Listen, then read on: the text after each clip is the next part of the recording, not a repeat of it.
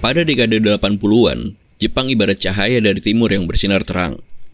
Sorotnya mewakili pertumbuhan ekonomi yang pesat, yang tumbuh hingga 4% per tahun. Capaian itu membuat Jepang meraih gelar negara maju, dan kemudian dinobatkan sebagai salah satu raksasa Asia, bahkan dunia. Kamu tahu kan siapa yang paling diuntungkan dari kemajuan ekonomi di sebuah negara? Ya, orang-orang yang mendirikan atau memimpin perusahaan-perusahaan besar. Orang-orang yang pada akhirnya jadi golongan orang-orang elit di negeri matahari terbit. Kekayaan mereka tumbuh secara pesat, terutama jika kita berada di posisi mereka. Faktanya, orang-orang elit ini juga otomatis rentan menjadi korban kejahatan. Kejahatan itu bisa berbentuk macam-macam, mulai dari pemerasan sampai aksi penculikan untuk dimintai tebusan. Tebusan itu bisa diminta ke keluarga korban maupun ke perusahaan tempat dia bekerja. Bagi kalangan pebisnis asal Jepang, pada era 80-an sulit membayangkan eksistensi kasus seperti itu. Jika di Eropa atau Amerika Serikat, mungkin masih masuk akal. Tapi di Jepang? Faktanya, menurut sebuah studi yang dilakukan oleh koran Asahi, terdapat total 122 kasus penculikan di Jepang sejak akhir Perang Dunia Kedua hingga pertengahan 80-an. 60 kasus diantaranya saja terjadi antara tahun 1974 hingga 1984. Ini adalah cerita salah satunya, kisah penculikan dan pemerasan yang dialami oleh petinggi perusahaan Glico dan Morinaga. Kasus ini merentang sepanjang 17 bulan sejak penculikan pertama. Selama rentang waktu itu, pelaku menyerang gedung perusahaan lewat aksi terorisme. Mereka juga mengirim rentetan surat kaleng yang isinya adalah pemerasan, yang disertai ancaman juga ejekan kepada pihak kepolisian yang dianggap tidak becus menangkap mereka. Sekali lagi, untuk konteks Jepang, kasus ini memang terdengar aneh. Pelaku menamai diri mereka sebagai monster dengan 21 wajah. Endingnya adalah aksi bunuh diri seorang petinggi kepolisian dengan cara yang amat tragis. Ia malu karena gagal menangkap pelaku. Kehormatannya tercoreng. Sebab, hingga hari ini, identitas pelaku bahkan masih misterius. Mari kita susuri kasus ini. Masih di Persami. Perkemahan Selasa Misteri. Persami bukan jurnalisme data. Persami bukan jurnalisme investigasi. Persami adalah jurnalisme yang bukan-bukan. Dan jika kamu mendengarkan kasus ini lewat YouTube Tirto, share di kolom komentar. Kasus misterius apa yang menurutmu menarik untuk kami angkat?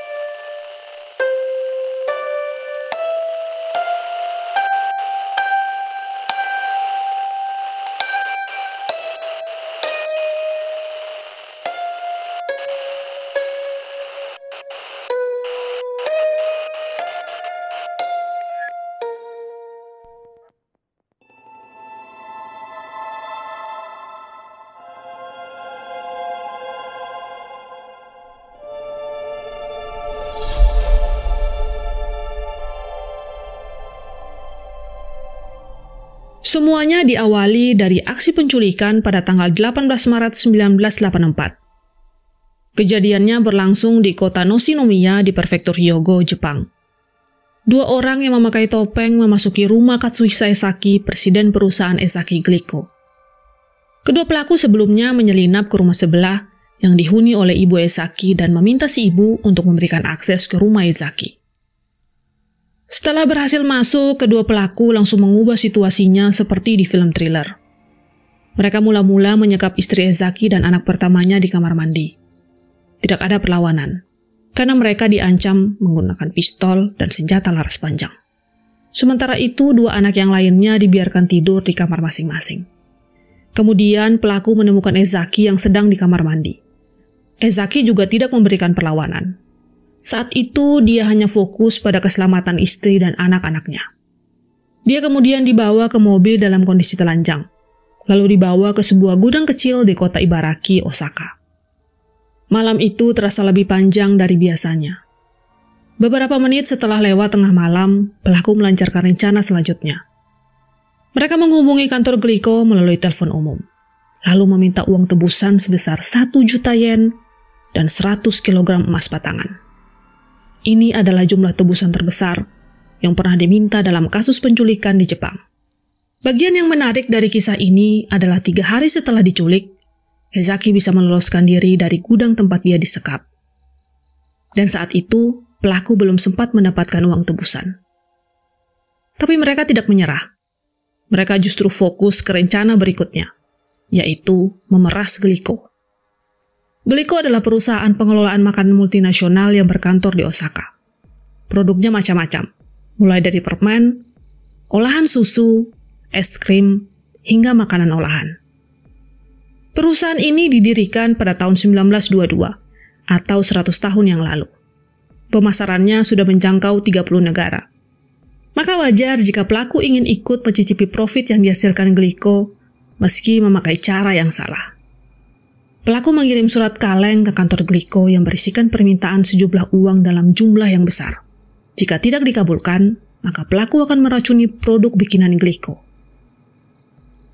Dan pelaku juga mengklaim telah mencampurkan permen Glico dengan potasium cyanida. Glico tidak ingin ambil risiko. Mereka akhirnya menarik produknya dari rak jualan, dan otomatis merugi. Kerugiannya mencapai 21 juta dolar Amerika Serikat. Tak hanya itu, mereka juga harus menghentikan 450 pekerja paruh waktunya. Polisi ketar-ketir.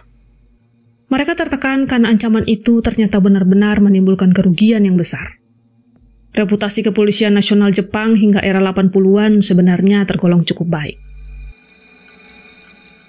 Pada tahun 1983 misalnya, mereka bisa menyelesaikan 97% dari seluruh kasus pembunuhan. Namun dalam kasus pemerasan Glico, mereka amat sangat kesusahan dalam menangkap pelaku. Masalahnya, pelaku juga beberapa kali mengirim surat kaleng ke kepolisian dan media. Isinya adalah ejekan ke aparat dan penyidik yang dianggap tidak becus menangkap mereka. Jangankan menangkap, mengungkap identitas pelaku saja tidak bisa. Contohnya dalam surat yang dikirim pada tanggal 8 April 1984. Kalimat pembukanya berbunyi, "Untuk polisi bodoh." Lalu selanjutnya, pelaku menyemangati polisi untuk lebih profesional dalam bekerja. Pelaku bahkan memberikan 5 petunjuk untuk memudahkan pihak kepolisian.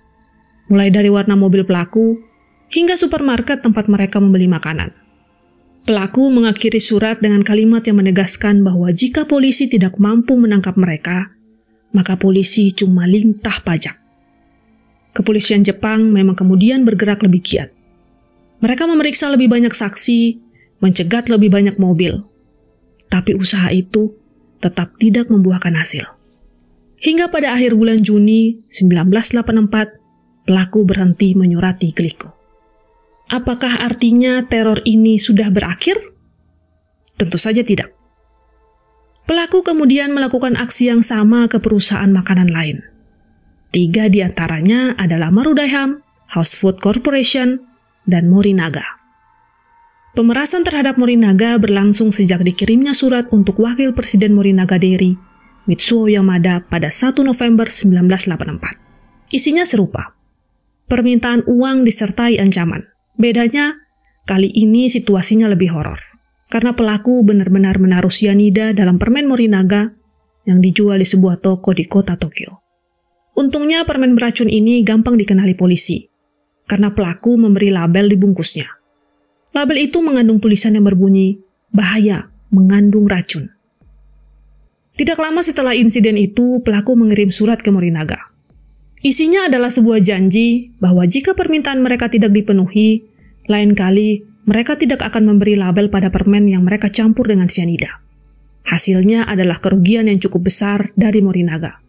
Selama menjadi target oleh pelaku, perusahaan terpaksa mengurangi jumlah produksinya hingga 90%.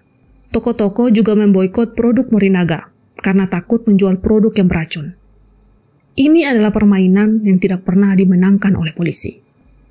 Dan julukan Keiji Nitsuichi Menso, monster dengan 21 wajah, tidak akan dilupakan.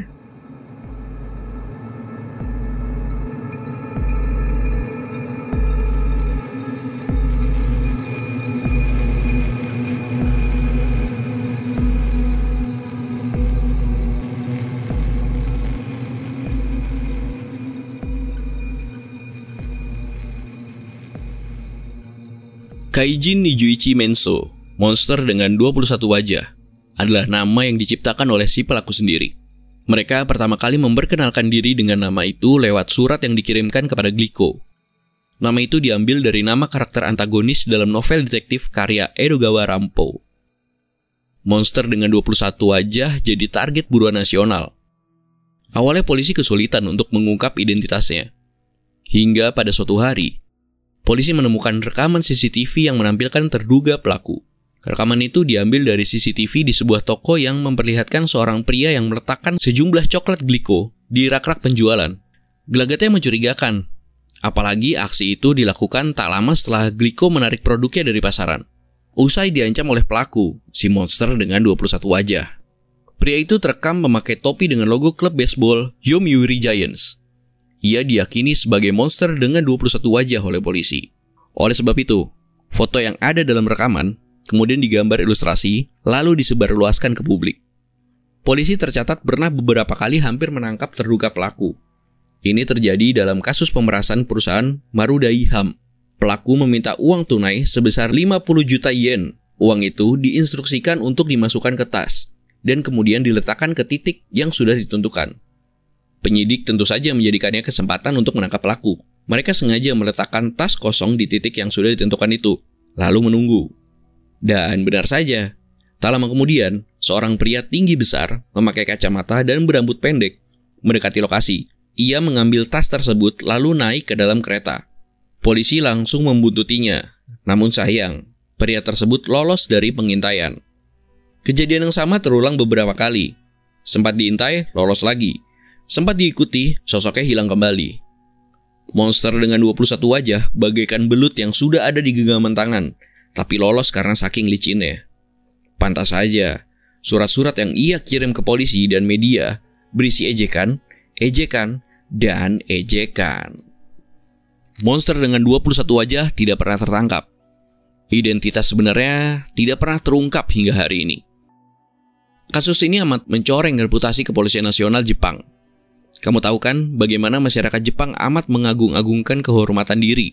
Jika rasa malu itu dianggap sudah tidak bisa ditanggung lagi, seseorang bahkan bisa mengakhiri hidupnya sendiri. Dan itulah yang dilakukan oleh Yamamoto, Inspektur Kepolisian Prefektur Shiga, pada bulan Agustus 1985.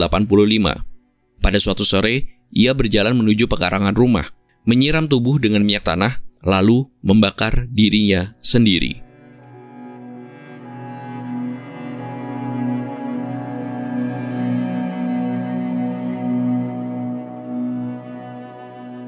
Saya Dika, mewakili rekan saya Yantina, pamit undur diri.